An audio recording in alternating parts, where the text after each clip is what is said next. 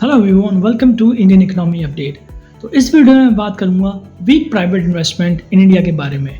लेकिन उस पर जाने से पहले आइए एक नज़र डालते हैं इंडिया की मैक्रो पिक्चर पर। जो रिसेंटली इंडिया का फ्री ग्रोथ रेट है अराउंड 6.3%। वर्ल्ड बैंक के हिसाब से upcoming financial year which started recently in April, उसकी जो ग्रोथ प्रोजेक्शन है वो भी है अराउंड 6.3%। गौर करने वाली बात जो है, जो कि रीसेंट 2 ईयर्स की ग्रोथ है, अगर हम इसे कंपेयर करें पास्ट 3 ईयर्स ग्रोथ के, तो ये काफी कम है। तो ये दिखाता है कुछ मेजर हेडविंड्स इंडिया इकोनॉमी के लिए। अब वापस आते हैं अपने टॉपिक पे।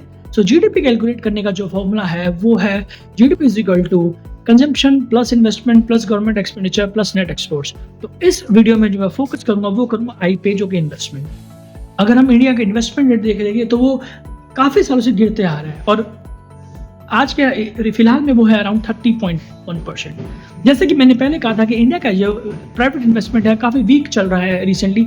तो कौन से फैक्टर है जो कि इस ग्रोथ इन्वेस्टमेंट रेट को फिर भी सपोर्ट दे रहा है? तो इसमें जो एक मेन कारण है वो है गवर्नमेंट लेड इन्वेस्टमेंट का।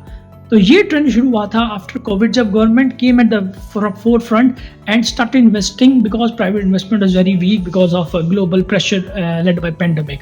तो गवर्नमेंट की इन्वेस्टमेंट वहाँ से काफ़ी पिकअप हुई and government started investing in roads, infrastructure, ports, airports, जिसने काफ़ी हद तक सपोर्ट करा इंडिया की इन्वेस्टमेंट पिक्चर को अभी तक। अगर हम एक रीसेंट स्टैट्स को देखें तो between fiscal year 19 to 23 cumulative growth in private sector investment रही है, वो रही अराउंड 52% और growth in capex by government रही है 64%। तो यहाँ आप देख सकते हैं कि इन्वेस्टमेंट बाय गवर्नमेंट काफ़ी ज़्यादा रेट से ग्रो करी है compare to investment by private sector. यही नहीं, काफ़ी सारी इन्वेस्टमेंट जो प्राइवेट सेक्टर की है वो नॉन प्रोडक्टिव एसेट में जा रही है, जैसे कि हाउसिंग, ड्वेलिंग, रादर की plant and machinery. Now question comes, क्या कारण है इंडिया के वीक प्राइवेट इन्वेस्टमेंट के? तो इसके एक जो पहला मैक्रो फैक्टर्स है वो है geopolitical risk, heightened uncertainty because of ongoing Russia Ukraine crisis, rising interest rates globally. तो ये कुछ मैक्रो फैक्टर्स है जो कि वे कर रहे हैं इंडिया की प्राइवेट इन्वेस्टमेंट में। नाउ अब कुछ इंडिया स्पेसिफिक बात करें तो एक जो मेन कारण है इंडिया की वीक इन्वेस्टमेंट का वो है वीकनेस इन कंज्यूमर स्पेंडिंग।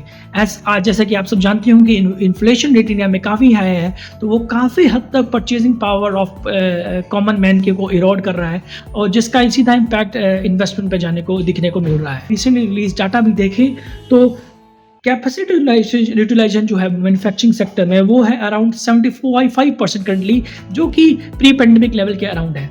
तो ये शो करता है कि आज भी अभी भी इंडियन जो मैन्युफैक्चरर्स है उनके पास एम्पल कैपेसिटी है to ramp up their production if the there is demand. तो वो ये भी एक फैक्टर है जो उनको रोक रहा है न्यू इन्वेस्टमेंट करने में।